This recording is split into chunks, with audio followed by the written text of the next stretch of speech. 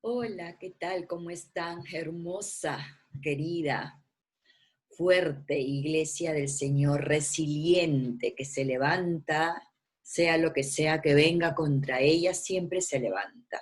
Poderosa, la novia del Señor. Dios no elige algo cualquiera para que sea su novia. Imagínense, eso es lo que somos nosotros, la novia del Señor. Y hoy estamos comenzando un nuevo libro. Primera de Pedro, exactamente. Estamos pasando de Pablo a Pedro, columnas de la iglesia. Y bueno, como siempre no me voy a adelantar, yo no sé por qué quiero correr, llegar al final. Vamos pasito a paso, leyendo y desmenuzando todo lo que se pueda. Recuerda, yo te doy la picadita, te pico, ¿no? El gustito. Tú puedes seguir indagando, investigando. Hoy en día por internet es tan fácil acceder a información, de todo tipo de información. Tienes que ser sabio, tienes que aprender a procesar y filtrar, porque todas las galletitas no son para comérselas. Y presento oficialmente a mi amigo el mate, por supuesto que sí. Versículo 1 de Primera de Pedro, dice Pedro, apóstol de Jesucristo, a los expatriados de la dispersión en el Ponto, Galacia, Capadocia, Asia y Bitinia. Pedro se reconoce como un apóstol del Señor Jesucristo y les está escribiendo a los expatriados. ¿Quiénes eran? Eran judíos que habían salido. Acuérdense que los judíos han sufrido persecución prácticamente toda su vida. Eh, Cuando los romanos entran a conquistar esa zona, muchos de ellos son expulsados, sacados de su zona. Y estos son los expatriados, judíos que vivían fuera de la región de Israel. Y la zona que está describiendo acá es lo que hoy sería Turquía. Atrás de tu Biblia hay unos mapas. Ahí tú te puedes fijar dónde queda cada una de estas regiones. Como les digo, básicamente hoy es Turquía, toda esta zona. Increíblemente, que fue la cuna, el centro de la iglesia, y hoy día es prácticamente musulmana. Prácticamente, si no decir toda. Exactamente. Entonces Pedro les está escribiendo a estos judíos que estaban fuera de la zona geográfica de Israel. Versículo 2 dice, elegidos según la presciencia de Dios, Padre, en santificación del Espíritu, para obedecer y ser rociados con la sangre de Jesucristo. Gracia y paz les sean multiplicadas. La Trinidad. Menciona nuevamente a la Trinidad.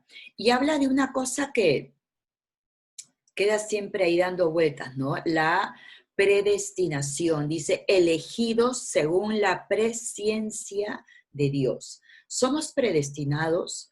Hay un grupo, una filosofía cristiana una corriente muy fuerte, que es el calvinismo. Ellos hablan de que sí, somos predestinados. Hay gente que está predestinada para ser salva y hay gente que está predestinada para no ser salva. Entonces lo que se decanta de ese criterio sería, si yo estoy predestinado para no ser salvo, ¿para qué me esfuerzo? ¿Para qué trabajo? ¿Para qué hago? ¿Para qué intento vivir en santidad si yo no voy a ser salvo? Es una corriente muy fuerte, como digo, una manera a través del cual muchos se acercan a Dios. Pero básicamente, acá está diciendo clarito, clarito, clarito, que fuimos predestinados para qué. En otro texto, en Timoteo dice, para ser llamados y hechos hijos de Dios, porque Dios no quiere que se pierda ni uno. Entonces, ¿qué hay de la corriente que acabas de mencionar? Yo no estoy de acuerdo con esa corriente. A mí no me parece, no la recibo, no la creo, no la acepto y menos aún la enseño. Te estoy diciendo para que tú aprendas en tu cabecita a filtrar. Cuando aparecen cosas como que tú sí, tú no, no hay forma de que yo pueda aceptar eso porque Dios ama a toda la creación. Dios la ama y Dios no quiere que ni una sola persona se pierda. La persona que tú puedas pensar la más reacia, Dios le ama. y Dios quiere que esa persona sea salva. Y está mencionando la gracia, el poder de la Trinidad, ¿no? La presencia de Dios, la santificación del Espíritu y la sangre de Jesús. Toda la obra poderosa, gracia y paz. La gracia es un aditivo que Dios nos da para poder vivir una vida cristiana llena de cielo, con aroma celestial. Versículo 3 dice, bendito el Dios y Padre de nuestro Señor Jesucristo, que según su grande misericordia nos hizo renacer para una esperanza viva por la resurrección de Jesucristo de los muertos, en la bondad de Dios, en el amor de Dios, en la misericordia de Dios. Él nos está regalando, a nosotros nos está saliendo gratis, pero no fue gratis el precio que se pagó. Y lo dice acá por segunda vez, por la resurrección de Jesucristo de los muertos, lo que costó la muerte del Señor Jesucristo. Quiero ser un poco incisiva en un concepto muy fuerte también dentro de la iglesia cristiana, que muchos se conforman con la salvación, reciben a Cristo, reciben la salvación, ya saben que se van a ir al cielo, ya saben que son aceptados por Dios, ya saben que tienen perdón de pecados y ahí se quedan, ahí se quedan. Lo único que hacía falta para que nosotros tengamos perdón de pecados es que Jesús muera, nada más. Con que Jesús morir era suficiente para tener perdón de pecados y salvación. Pero acá está yendo un paso más allá. Muere, pero resucita. ¿Y para qué resucita? Para que nosotros podamos renacer a una esperanza viva. No te conformes con la salvación, no te quedes en el umbral. Es como el ejemplo que yo siempre doy. Si alguien te invita a comer a su casa, no en estas fechas, porque nadie debe de invitar a nadie, pero en otras fechas, tú no te quedas en la puerta y le dices a la persona que te invitó que te traiga toda la comida a la puerta y te quedas ahí parado para comer. Eso primero sería una mala crianza. Segundo sería una incomodidad. Y tercero, estoy seguro que esa persona nunca más te volvería a invitar. Cuando alguien te invita, te hace pasar, te lleva al mejor lugar de la casa, te siente y te pone cómodo. Todo es de una manera grata, placentera, bonita. Con respecto a la vida cristiana es igual. Muchos se quedan en el umbral, en la salvación. Ya soy salvo, ya le pedí perdón a Dios y acá me quedo. Avanza. Acá está diciendo a una esperanza viva por la resurrección. Cuando Jesús resucita, trae todo un paquete de beneficios para nosotros. La salvación es uno de esos bonos que tenemos. Hay muchísimos más, pero si tú te quedas en la puerta, nunca te vas a enterar. No vas a ingresar a ese lugar lleno de bendiciones. Versículo 4, para una herencia incorruptible, incontaminada e inmarcesible, reservada en los cielos para ustedes. ¿Tenemos una herencia? Sí. ¿Tenemos esperanza? Sí. ¿Anhelamos cosas maravillosas cuando partamos de esta tierra? Sí. Y las palabras que acá dice significa indestructible, sin contaminación y que no se marchita. ¿Cuántas veces habremos ido a buscar algo que el moho se lo comió, que el polvo lo destruyó, que el tiempo lo arruinó y que ya no sirve más? ¿No? Sabemos que cosas que no se usan son más fáciles de malograr que cosas que se están usando. Y acá tenemos una herencia que nada ni nadie lo va a malograr, reservada en los cielos para el día que partamos. Pero tú sabes que las arras del Espíritu Santo te las dan en el instante en que tú recibes a Jesús como Señor y Salvador. En otras palabras, no tienes que esperar a morirte para poder recibir las bendiciones que están en el cielo para ti. Hoy en día, tú ya puedes empezar a vivir de acuerdo a esas a ese paquete de beneficios. El Padre nuestro lo dice, que se haga aquí en la tierra como es en el cielo. ¿En el cielo hay enfermedad? No. En la tierra no tiene por qué haber. ¿En el cielo hay dolor, tristeza, violencia, hambre? No. ¿Por qué en la tierra debe de haber? Tú podrás decir, pero en la tierra hay un montón de cosas. ¿Y de quién es responsabilidad traer el cielo a la tierra? Si no es de los hijos de Dios que con una mente renovada entienden que Dios no está para castigar, para golpear, para echar al fuego del infierno, sino para perdonar, para traer misericordia. Todo lo que acá nos está diciendo Pedro de una manera tan preciosa. Todo lo que Dios quiere para ti es bueno, agradable, perfecto. Esa es su voluntad para ti. Dios no está como el policía con un palo en la mano, listo para dártelo en la cabeza cada vez que tú te equivocas. Como muchas veces se nos enseña, lo cual lo único que causa es tenerle miedo a Dios. No temor de Dios, sino miedo. Nos escondemos, nos avergonzamos, cometes un pecado y ya no quieres acercarte a Dios porque te mueres de miedo, de la vergüenza, de Dios ahora sí que ya no me va a perdonar esta. Y esa es la manera como muchas veces los cristianos se acercan a Dios, cosa que aquí no está diciendo. De los versículos 5 al 7 dice que son guardados por el poder de Dios mediante la fe, para alcanzar la salvación que está preparada para ser manifestada en el tiempo postrero. Nosotros somos guardados por el poder, por el Dios poderoso a través de la fe. ¿Para qué? Para alcanzar esa salvación que está preparada para ser manifestada. En este capítulo, 4 veces pone la palabra manifestación, en este versículo 5 que lo acabamos de leer. En el versículo 7 que dice, gloria y honra cuando sea manifestado Jesucristo, segunda vez. Versículo 13, y esperen por completo en la gracia que se les traerá cuando Jesucristo sea manifestado. 3. Y la última vez en el versículo 20. Ya destinado desde antes de la fundación del mundo, pero manifestado en los postreros tiempos por amor de ustedes. 4 veces esta palabra manifiesto, manifestado, que en griego es apocalipto o apocalipto.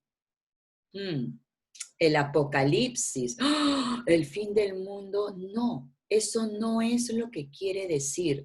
Israel estaba en un tiempo de pausa, esperando que algo suceda, esperando que se manifieste que el fin del antiguo pacto y el inicio total y completo del nuevo pacto. El nuevo pacto se sella en la última cena con la sangre y el cuerpo de Jesús. Ahí empieza, pero por 40 años coexisten el antiguo pacto con el nuevo pacto, del año 30 al año 70. Toda una generación, como Jesús, Dios, en su misericordia lo promete. 40 años de espera, de paciencia, de insistir en la gente para que se acerquen a Él. Pero en el año 70, con la destrucción total de Jerusalén, el antiguo pacto es derogado, eliminado, sacado, finito, caputo, muerto, nunca más.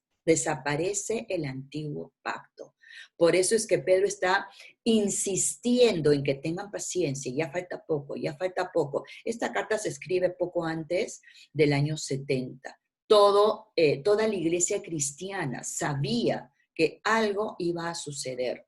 Fíjate que cuando Jerusalén es destruida por los romanos, por Tito, el general Tito, en el año 70, mueren más de 1 millón de personas. Ni un cristiano muere, porque todos huyen al monte Pela, recordando las palabras de Jesús de Mateo 24, de Marcos 13, de Lucas 17 y finalmente de Juan en el Apocalipsis. El Apocalipsis es el anuncio, la revelación total de Jesús antes de que Jerusalén sea destruida. De pronto son conceptos que tú nunca los has escuchado y estés diciendo, oh mi Dios, ¿de qué estás hablando? Pero la manifestación total de Jesús y del nuevo pacto es en el año 70. Y es lo que Pedro aquí está diciendo, avisando, de alguna manera enfocándoles para que estén atentos a esto. La salvación que está por manifestarse. Y dice, esta salvación vale más que el oro. Sabemos que mucha gente invierte su dinero en oro, ¿no? Lingotes de oro. Y es lo que Pedro les está diciendo acá. Esta salvación que va a ser manifestada por completo, total y absolutamente a través del nuevo pacto, está sometida a prueba su fe, mucho más preciosa que el oro. Nuestra fe vale mucho más que el oro. El oro se prueba con fuego y lamentablemente muchas veces nuestra fe también tiene que ser probada. También tiene que ser probada. ¿Por qué? Porque los exámenes de la vida existen, no solamente de estudios, sino existen exámenes ¿para qué? Para poder avanzar y subir al siguiente nivel. ¿Cómo se te evalúa para que tú avances y pases al siguiente nivel? A través de exámenes, a través de pruebas. ¿Dios las manda? No necesariamente. Acuérdate que Dios manda cosas buenas, pero Dios usa cosas que nos pasan en la vida. Definitivamente que sí, por supuesto que sí. De los versículos 8 al 12 está hablando de la salvación en Cristo y las pruebas del Cristo. Versículo 9 dice, obteniendo el fin de su fe, que es la salvación de sus almas. Pedro insiste todo el tiempo fuertemente. La salvación está a tu disposición, la salvación de tu alma. Fíjate que esta salvación vale más que el oro. Esta salvación lo único que necesita es que tú pongas tu fe en ella. Nuestra fe es tan poderosa que muchas enfermedades simplemente se sanan por el hecho de creer que tú estás sano. Y muchas enfermedades se apoderan de tu cuerpo porque tú crees que esa enfermedad te va a destruir. Psicosomáticas, las famosas enfermedades psicosomáticas, exactamente. Y les está diciendo acá que los profetas, versículo 10, que profetizaron de la gracia destinada a ustedes, inquirieron y diligentemente indagaron acerca de esta salvación. Ya desde el Antiguo Testamento, los profetas sabían que algo iba a suceder, algo se iba a manifestar, apocalipto, si esa es la palabra, es un poco rara, nuestro apocalipsis. El apocalipsis, el libro, lo único que está diciendo es la finalización del antiguo pacto y el inicio total solito del nuevo pacto en el año 70, que no es del fin del mundo. Hay cosas que sí son para los tiempos finales, pero mayormente es para la finalización del antiguo pacto. Dice los profetas, escudriñando qué persona y qué tiempo indicaba el Espíritu de Cristo que estaba en ellos, el cual anunciaba de antemano los sufrimientos de Cristo y las glorias que vendrían tras ellos. El Espíritu de Cristo a través de la historia se ha manifestado en todas las personas que anhelaban algo. Algo va a suceder, que esperaban, que anhelaban, que tenían fe, que tenían puesta su esperanza en esa manifestación de algo que iba a suceder. El Espíritu del Cristo. En Cristo se cumplen más de 300 profecías del Antiguo Testamento.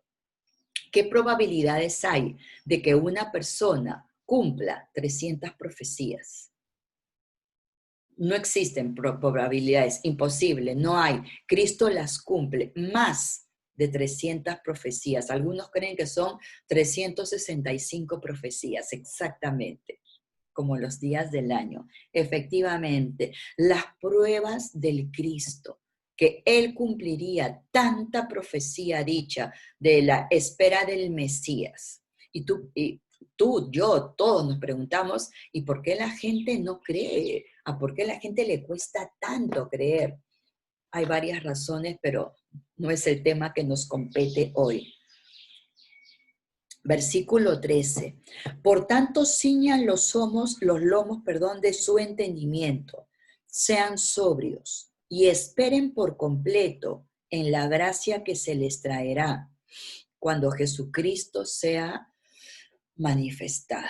¿Cuándo se cumple esto? En el año 70, cuando Jerusalén y el mundo judío es destruido y nunca más vuelto a levantar hasta el día de hoy. Nunca más. Dice una frase: ciñan los lomos de su entendimiento, ciñan los lomos de su cabeza, de su mente, de su capacidad, de su intelecto, juicio, inteligencia. ¿Cómo ceñimos los lomos de esto? Porque los lomos están acá, pero acá, ¿qué lomos hay que ceñir ahí? Cuando Jesucristo sea manifestado. Y esperen por completo en la gracia de Dios. En pocas palabras, y para hacerlo simple o resumido, cambia tu manera de pensar. Es lo que está queriendo decir aquí Pedro. Pareciera que Pedro, por ser más sencillote, más pueblerino, es diferente a Pablo, pero su manera de escribir no tiene nada de sencillote ni de pueblerino. Escribe de una manera que tienes que pedirle al Espíritu Santo que te ayude a seguir el hilo. Si Pablo hace pabladas, Pedro hace pedradas. También, exactamente. Que se les traerá, esperen por completo en la gracia que se les traerá cuando Cristo sea manifestado. Eso ya fue, ya sucedió, es pasado. O sea, los cristianos de hoy en día ya tienen que caminar y andar sobre este cimiento que fue levantado en el año 70. Han pasado, mira cuántos años, y muchos cristianos todavía siguen atrás de esto, viviendo en juicio, en condena, en que si hago bien Dios me bendice, si hago mal Dios me castiga, antiguo pacto. Viven todavía bajo eso, trayendo y mezclando, haciendo un pan con mango, de lo viejo con lo nuevo, trayendo tanta confusión, que ese es el motivo principal por el cual mucha gente no quiere saber nada del cristianismo. Dice, para vivir de esa manera, déjenme como estoy más tranquilo de esta manera. Versículo 14 dice, como hijos obedientes, no se conformen a los deseos que antes tenían cuando estaban en su ignorancia. Lo podemos asociar con Romanos 12:2. Transforma tu manera de pensar. No te metas en un bloque, en una cajita o debajo de una piedrita. No te vuelvas cuadriculado. Deja que tu cabeza pueda moverse en libertad, poder entender y ser flexibles. Yo creo que es una característica de las que yo más aprecio en estos tiempos, la flexibilidad de nuestra manera de pensar. No ceñirnos a que esto es, así me enseñaron, así me dijeron, mi pastora linda así me lo dijo. Yo también me pude haber equivocado. Yo también enseñé cosas que pensé que eran así, pero gracias a Dios que me pude dar cuenta que no queremos sacar robotitos de la iglesia, queremos gente pensante, queremos gente flexible, queremos gente que pueda trabajar en la renovación de su entendimiento. Y acá dice, como hijos obedientes, no se conformen. No se queden con lo que ya tienen, con lo que escucharon, con lo que aprendieron, con lo que creyeron. Hay cosas que yo leo que ponen cristianos en el Facebook que me dan ganas de jalarme los pelos. De vez en cuando les contesto algo, pero no quiero polemizar, porque viste que muchas veces en el Facebook la gente es muy, muy violenta en su manera de contestar y de una manera no bonita, de una manera fea. Efectivamente. No se conformen a lo que antes pensaban, creían, sentían. No estoy diciendo con eso a ser cristianos liberales que hagamos lo que nos dé la gana, vive la vida, todo está chévere, hay perdón de pecado. No, no, no, no, porque fíjate lo que dice. Aquí cito nada más, fíjate lo que dice versículo 15. Sino como aquel que los llamó es santo, sean ustedes santos en toda su manera de vivir. No, no, no es que hagas lo que te dé la gana. Chévere, a partir de ahora, ¡yeah! Me suelto las trenzas y vivo como quiero. No, no, no, porque enseguidita, antes de que pienses cualquier pavadita, te dice con una orden, versículo 16, escrito está, sean santos, porque yo soy santo. No está en un, chicos, por favor, me gustaría, les pido por favor, dale, no seas malito. No, es imperativo, una orden, sean santos, porque yo soy santo. En tu renovación y en tu manera de pensar, no está queriendo decir que hagas lo que te dé la gana. Porque si recordamos, ¿es acá? Sí, no tenemos que recordar. ¿Por qué? ¿Por qué no podemos hacer lo que nos dé la gana? Versículo 17. Porque si invocas por Padre a aquel que sin acepción de personas juzga según la obra de cada uno, condúzcanse en temor todo el tiempo de su peregrinación. ¿Por qué no puedo hacer lo que me da la gana? Porque todos vamos a pasar por un juicio, sea delante del trono blanco, sea en las bodas del Cordero. Todos vamos a rendir cuentas de todo lo que hayas hecho, según la obra de cada uno. Pero mi esposo me dijo, pero mi mamá me dijo, pero mi hijo me dijo, pero mi pastor me dijo. Usa tu cabeza. Pídele al Espíritu Santo que te ayude a renovar tu manera de pensar. ¿Quién es más poderoso? ¿Todas las personas de la tierra o el Espíritu Santo? Ahí está tu respuesta. Así es que no es hago lo que me da la gana. Yo tengo que ser santo. ¿Por qué? Porque voy a rendir cuentas de todo lo que yo haga en esta tierra. Y hasta el versículo 21 está hablando de eso. El 18 dice, sabiendo que fueron rescatados de su vana manera de vivir, la cual recibieron de sus padres, no con cosas corruptibles como oro y plata, sino con la sangre preciosa de Cristo, como de un cordero sin mancha y sin contaminación. Bla, bla, bla, bla, y sigue. ¿Por qué? Porque tu salvación tuvo un precio altísimo. Para nosotros es gratis, porque alguien ya la pagó. Tuvimos un patrocinador, Cristo, su sangre preciosa, su sangre divina, que la ofreció voluntariamente. A ti y a mí nos salió gratis la salvación, pero alguien pagó un precio altísimo por ella. Entonces no es cuestión de que yo vivo la vida loca y hago del cristianismo lo que a mí me parece, lo que yo creo, lo que yo siento, porque tengo la libertad, porque bla, bla, bla, bla. No, hay formas, hay maneras que ya han sido establecidas por Dios. Entonces no te entiendo. Primero dices que seamos flexibles y ahora nos dices que obedezcamos las reglas.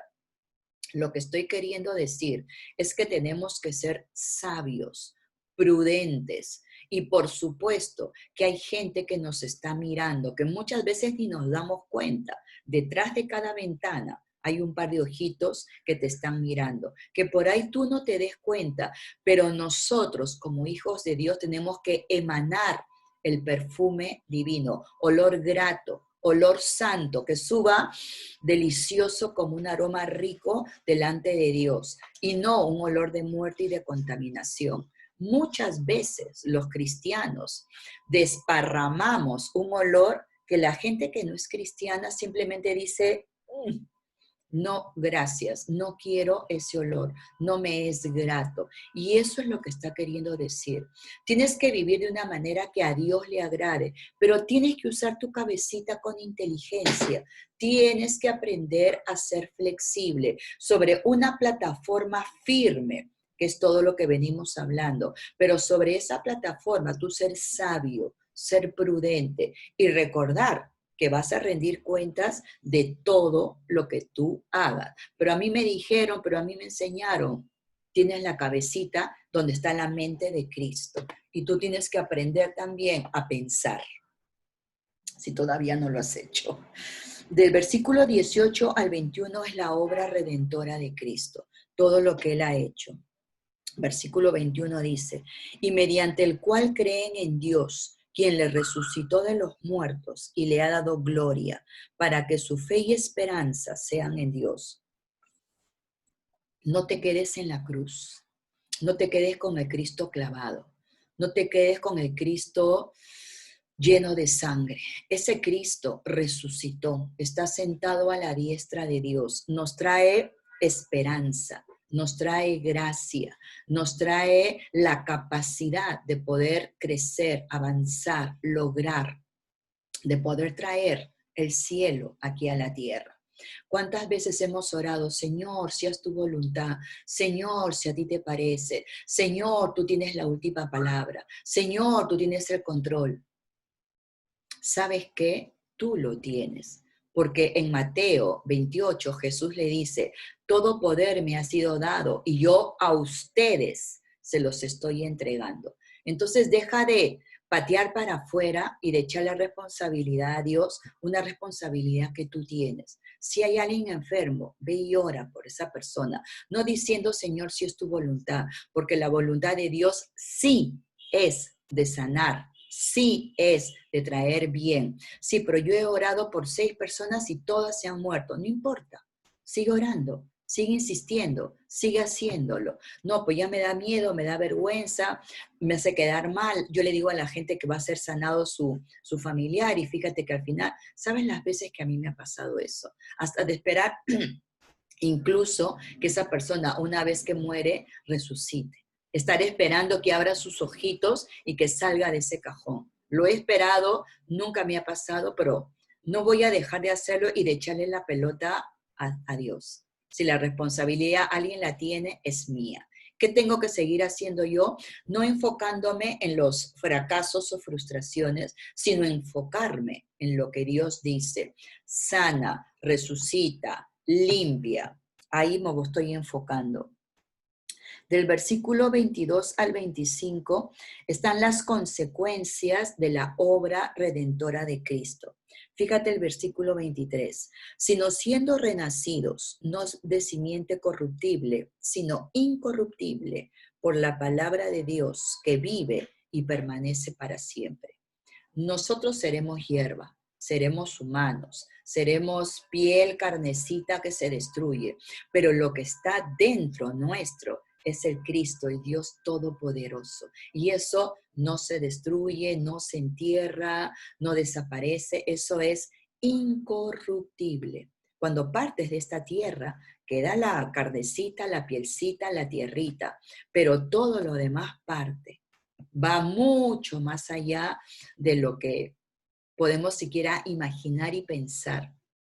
El otro día hablaba con un sobrino nieto que me decía que había un bichito y que ese bichito era su bisabuelo, mi papá, que eso es lo que a él le han enseñado. Y yo agarré dentro de mí y dije, wow, mi papá convertido en un simple gusano. Y es lo que mucha gente cree, pero yo sé que mi papá está sentado a los pies de Jesús, disfrutando del reino, del cielo, del paraíso. Y eso es lo que tenemos que nosotros ir de, emanando ese perfume, no me sale la palabra, esparciendo ese aroma celestial, ese aroma divino, esa gracia. Si tú cuando tienes un problema te desesperas, te angustias, te enloqueces, le pides oración hasta el poste de la esquina, ¿qué van a pensar las personas de tu fe? ¿Qué fe tienes? Si a la primera que te viene a ti, tú tienes fe para los demás, pero no para ti. Al primer problema que te viene, tú te descuajeringas todo. Y eso es un olor que tú estás emanando que los demás lo perciben. Y no es un olor grato, no es un olor de cielo, un aroma divino, sino todo lo contrario. Y eso es lo que Pedro está queriendo decir acá, de una manera un poco complicadita, como dije, es una pedrada. No es sencilla la manera como él escribe. Él dice que Pablo escribe complicado, pero él también acá lo hace. Yo creo que Pedro tuvo tanta revelación del Cristo humano y del Cristo divino, que de alguna manera él mezcla esa, hace una preciosa combinación de la cual tenemos que deshilar finito, finito, tipo filigrana, ¿no? Y esto es lo que finalmente Pedro les está diciendo. Tienen una fe preciosa, esperen en el Señor, prontísimo va a ser manifestado. Esa fe que ustedes tienen vale más que el oro. Simplemente aprendan a vivir sobre esa base, sobre la salvación que Cristo logró para nosotros. Y no voy a repetir todo el sermón otra vez. Así es que ahí te lo dejo como para que tú hagas tu trabajo de desilvanar todo lo que Pedro ha tejido en esta obra tan bellísima y preciosa. Espero que tu espíritu haya sido, gracias Señor. Y como siempre digo, si hay dudas, aquí estoy. Con mucho gusto me haces todas tus preguntas. Gracias Señor amado por esta palabra. Gracias por todo lo que Pedro ha escrito. Gracias por cada escritor de la Biblia, de los 66 libros que tenemos. Gracias Padre Santo. Oramos por salud, Señor. Salud para nuestra patria, salud para el mundo entero. Oro por salud para cada persona de la iglesia, cada persona que escuche esta enseñanza. Salud física, mental, emocional, espiritual, económica, salud. Gracias, Señor amado, porque tu voluntad siempre es y será de bien para nosotros. En el nombre de Jesús. Amén. Gracias por acompañarme, por estar aquí. Nos estamos viendo la próxima semana. Te animo a que tú leas el capítulo antes de escuchar esta prédica, porque de esa manera le puedes sacar más el juguito. Dejarlo como limón de molientera. Un beso, un abrazo.